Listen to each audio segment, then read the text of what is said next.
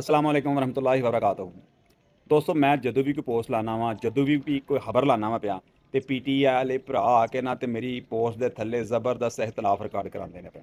ਹਾਲਾਂਕਿ ਮੈਂ ਪਹਿਲੇ ਦਿਨ ਦੱਸਿਆ ਸੀ ਕਿ ਕਿਸੇ ਸੂਰਤ ਵੀ ਪੀਟੀਆਈ ਵਾਲੀ ਜਮਾਤ ਦੇ ਨਾਲ ਮੇਰਾ ਬਿਲਕੁਲ ਇਖਤਲਾਫ ਨਹੀਂ ਹੈ। ਇਖਤਲਾਫ 100% ਦੇ ਤੁਹਾਡੇ ਕੈਂਡੀਡੇਟ ਨਾਲ ਮੈਂ ਦੱਸਿਆ ਸੀ ਕਿ ਇਹਦੇ ਵਿੱਚ ਕਾਇਦਾਨਾ ਸਲਾਹੀਅਤ ਮੌਜੂਦ ਨਹੀਂ ਹੈ।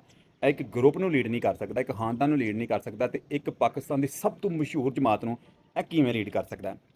ਹੁਣ ਆ ਜਾਂਦੇ ਆ ਕਿ ਲੀਡ ਕਰ ਸਕਦਾ ਨਹੀਂ ਕਰ ਸਕਦਾ ਦੀ ਮੈਂ ਵਜ਼ਾਹਤ ਬਿਆਨ ਕਰਨਾ ਵਾ ਕਿ ਤੁਸੀਂ ਇੱਕ ਦਿਨ ਪਹਿਲਾਂ ਇਹਦੀਆਂ ਬੜਕਾਂ ਵੇਖੀਆਂ ਸਨ। ਇਹਨੇ ਆਖਿਆ ਜੀ ਮੈਂ ਉੱਥੇ ਸ਼ਹੀਦ ਹੋਵਾਂਗਾ, ਮੈਂ ਇਹ ਕਰਾਂਗਾ, ਮੈਂ ਉਹ ਕਰਾਂਗਾ। ਮੈਂ ਹਿਲਾਂਗਾ ਨਹੀਂ ਯਾਰ ਆਫਿਸ ਤੋਂ ਬਾਹਰ ਜਿੰਨੀ ਦੇਰ ਤੱਕ ਸਾਡਾ ਮੈਂਡੇਟ ਸਾਡੇ ਕੋਲ ਨਹੀਂ ਰੱਖਿਆ ਜਾਂਦਾ। ਪਿੱਛੋਂ ਪਤਾ ਨਹੀਂ ਕੰਧ ਪਾੜ ਗਈ ਹੈ, ਕੀ ਹੋਇਆ ਕੀ ਨਹੀਂ ਹੋਇਆ, ਤੇ ਉਹ ਲੈ ਕੇ ਉਠਾਂਗੇ। ਤੇ ਫਿਰ ਜਦੋਂ ਸ਼ਹਾਦਤ ਦਾ ਵੇਲਾ ਆਇਆ ਤਾਂ 2-3 ਘੰਟੇ ਵੀ ਨਹੀਂ ਉੱਥੇ ਕੱਢੇ ਹੈ। ਫਿਰ ਆਂਦੇ ਨੇ ਸ਼ਹਾਦਤ ਤੇ ਹੀ ਕਰਵਾ ਲਈਏ, ਲੇਕਿਨ ਉਹ ਡਾਂਗ ਵੱਜਦੀ ਤੇ ਪੀੜ ਬੜੀ ਹੁੰਦੀ ਹੈ। ਫਿਰ ਡਾਂਗਾਂ ਤੇ ਵੱਜਦੀਆਂ ਨੇ, ਪੀੜ ਤੇ ਹੁੰਦੀ ਹੈ, ਫਿਰ ਸ਼ਹਾਦਤਾਂ ਵੀ ਹੁੰਦੀਆਂ ਨੇ, ਸਾਰੇ ਕੰਮ ਹੁੰਦੇ ਨੇ। ਹੁਣ ਇੱਥੇ ਸਾਰੇ ਮੇਰੇ ਭਰਾ ਕਹਿਣਗੇ ਕਿ ਯੂਨਸ ਗੁੱਜਰ ਨੁਕਸਾਨ ਡਿਆ, ਯੂਨਸ ਗੁੱਜਰ ਆਈਨਾ ਵਹਾਣ ਡਿਆ। ਮੈਂ ਕਹਿੰਦਾ ਵਾਂ ਕਿ ਜਿਹੜੇ ਪੀਟੀਆਈ ਵਾਲੇ ਭਰਾ ਨੇ ਮੇਰੇ, ਉਹ ਵੀ ਇਹਨੂੰ ਗੈਰਤ ਦਿਵਾਨ ਤੇ ਉਹਨੂੰ ਕਹਿਣ ਵੀ ਸਾਡਾ ਮੈਂਡੇਟ ਲਿਆਈ ਤਾਂ ਲੈ ਕੇ ਦੇ ਹੁਣ ਸਾਨੂੰ। ਉਹਦੇ ਵਾਸਤੇ ਹੋ ਸਕਦਾ ਹੈ ਕਿ ਮੇਰੇ ਪੀਟੀਆਈ ਵਾਲੇ ਭਰਾਵਾਂ ਨੂੰ ਵੀ ਉੱਥੇ ਜਾਣਾ ਪਵੇ, ਸਾਰੇ ਕੰਮ ਕਰਨੇ ਪੈਣੇ ਹਨ ਉਸ ਵੇਲੇ, ਤੇ ਉਹ ਕਿਉਂ ਨਹੀਂ ਕੀਤੇ।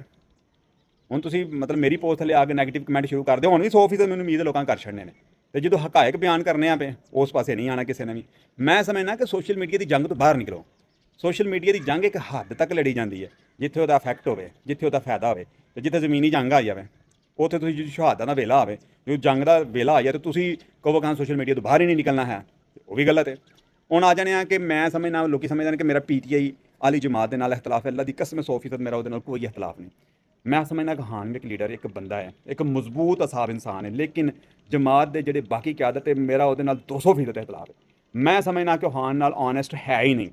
ਮੈਂ ਸਮਝਦਾ ਵਾਂ ਕਿ ਉਹ ਹਾਨ ਸਾਹਿਬ ਨੂੰ ਪਸੰਦ ਵਿੱਚ ਸਭ ਤੋਂ ਵੱਡਾ ਹੱਥ ਹੀ ਹੋਣਾ ਜਾਵੇ। ਇਹ ਕਿਵੇਂ ਹੋ ਸਕਦਾ ਕਿ ਆਦਤ ਤੁਹਾਡੀ ਮਜ਼ਬੂਤ ਹੋਵੇ ਤੇ ਹਾਨ ਬਾਹਰ ਨਾ ਆਵੇ?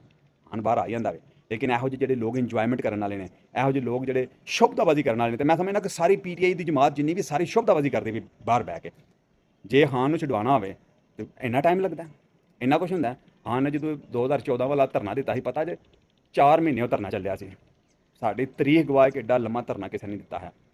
ਤੇ ਮੈਂ ਨਹੀਂ ਸਮਝਦਾ, ਇਹ ਤਾਂ ਤੁਸੀਂ ਕਹਿੰਦੇ ਹੋ ਕਿ ਮੈਂਡੇਟ ਚੋਰੀ ਹੋਇਆ, ਮੈਨੂੰ ਨਹੀਂ, ਇਹ ਤਾਂ ਮੈਂ ਵੈਸੇ ਜਾਣਦਾ ਨਹੀਂ ਕਿ ਹੋਇਆ ਕਿ ਨਹੀਂ ਹੋਇਆ, ਲੇਕਿਨ ਮੈਂ ਨਾ ਜੇ ਹੋਇਆ ਹੈ ਤੇ ਫਿਰ ਉਹਨੂੰ ਕਲੈਕਟ ਕਰੋ, ਫਿਰ ਉਹਨੂੰ ਵਾਪਸ ਲਵੋ। ਕਿਸੇ ਨੇ ਵੀ ਚੋਰੀ ਹੋਈ ਸ਼ੈ ਤੁਹਾਨੂੰ ਥਾਲੀ 'ਚ ਧਰ ਕੇ ਨਹੀਂ ਦੇਣੀ ਹੈ। ਮੈਂ ਤਾਂ ਇਹਨਾਂ ਮੈਂ ਪਿਆ ਕਿ ਇਹ ਤਾਂ ਮੇਰਾ ਦੁਸ਼ਮਣ ਹੈ, ਮਤਲਬ ਸਾਰਾ ਜਮਾਤ ਵੀ ਇਹਦੇ ਨਾਲ ਹੋ ਜਾਏਗੀ, ਸਾਰਾ ਪਾਕਿਸਤਾਨ ਵੀ ਇਹਦੇ ਨਾਲ ਹੋ ਜਾਏਗਾ, ਤੇ ਮੇਰਾ ਤੁਹਾਡੇ ਨਾਲ ਵਾਅਦਾ ਰਿਹਾ ਮੈਂ ਇਹਦਾ ਦੁਸ਼ਮਣ ਹੀ ਰਵਾਂਗਾ। ਜਿੰਨਾ ਕੋ ਇਹਨਾਂ ਨੁਕਸਾਨ ਕੀਤਾ, ਜਿੰਨਾ ਕੋ ਇਹਨਾਂ ਲੋਕਾਂ ਦਾ ਨੁਕਸਾਨ ਕੀਤਾ ਹੈ, ਜਿੰਨਾ ਕੋ ਇਹਨਾਂ ਲੋਕਾਂ ਦਾ ਲੱਖਾਂ ਕਰੋੜਾਂ ਰੁਪਈਆ ਵਿਚਾਰਿਆਂ ਦਾ ਡੁਬੋ ਕੇ ਰੱਖ ਛੜਿਆ। ਤੇ ਮੈਂ ਅੱਲਾ ਦੇ ਫਜ਼ਲ ਕਰਨ ਉਹਨਾਂ ਦੀ ਆਵਾਜ਼ ਬਣਿਆ ਸੀ, ਤੇ ਅੱਜ ਵੀ ਉਹਨਾਂ ਦੀ ਆਵਾਜ਼ ਆ, ਤੇ ਅੱਗੋਂ ਵੀ ਮੈਂ ਅਲਹਮਦੁਲਿਲਾ ਆਵਾਜ਼ ਮਾਰਿਆਂ ਗਰੀਬਾਂ ਲੋਕਾਂ ਦੀ ਬਣਦਾ ਰਵਾਂਗਾ। ਤੇ ਗੁਜ਼ਾਰਿਸ਼ ਸਿਰਫ ਇੰਨੀ ਕੁ ਹੈ